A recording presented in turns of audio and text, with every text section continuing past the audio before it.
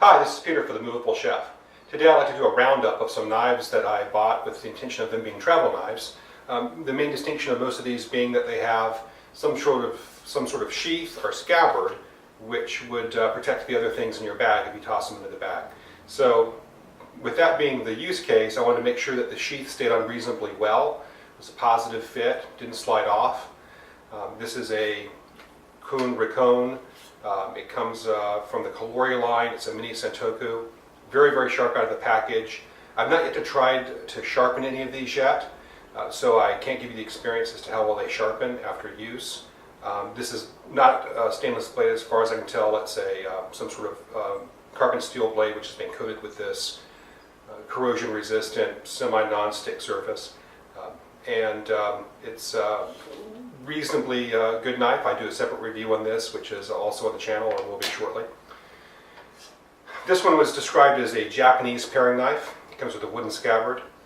It's got a sort of traditional shape to the handle. It's about a 4-inch paring knife, so about the same size as most home paring knives. Hollow ground, oddly enough. Used it a little bit. It's once again extraordinarily sharp out of the package. Being hollow ground, I'm not exactly sure how well it's going to sharpen.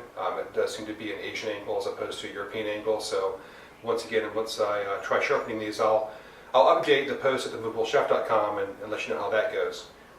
One thing I'd like to point out between the Kuhn Rikons and the Japanese knife is in the sheath or scabbard. You'll see that it's got ventilation holes in it. It's made out of plastic, and that's a good thing.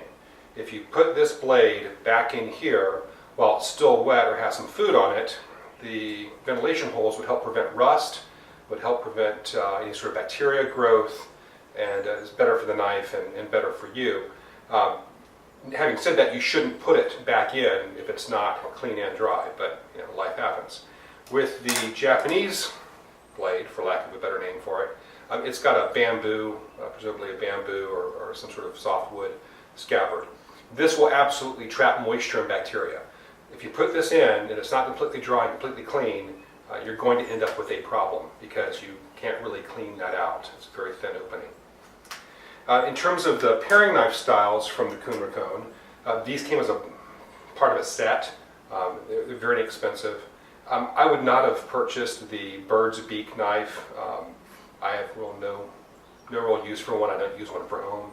At home, I use one when I'm traveling.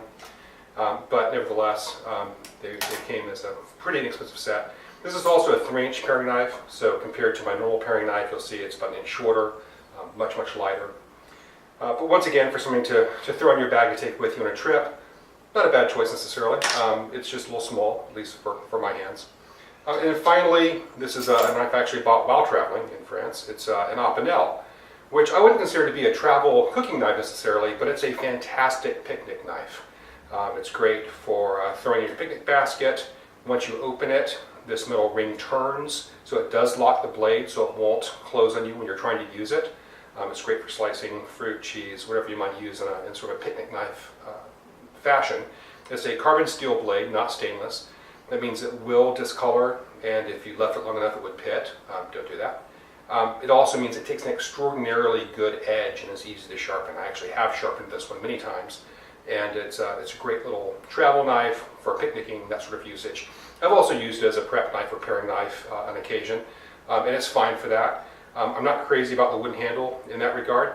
The nice thing about this wooden handle is because the slot runs all the way through, it's a little bit larger. You could actually clean the handle, and I have, on the inside with a soft brush and some detergent, and then let it dry and just oil the pivot with a little bit of mineral oil, or you can use olive oil if you want to. It could eventually go rancid, but it's so little it won't matter. And so that's the run-up on travel knives. Like I said, for the larger mini Santoku, I have a separate review that I'll be posting on this, and I'll make a recipe with it just to show you how it performs going through a full prep setup. This has been Peter from The Movable Chef. If you'd like to see any of these products that I've described, we'll have them in an article at themovablechef.com. Thank you.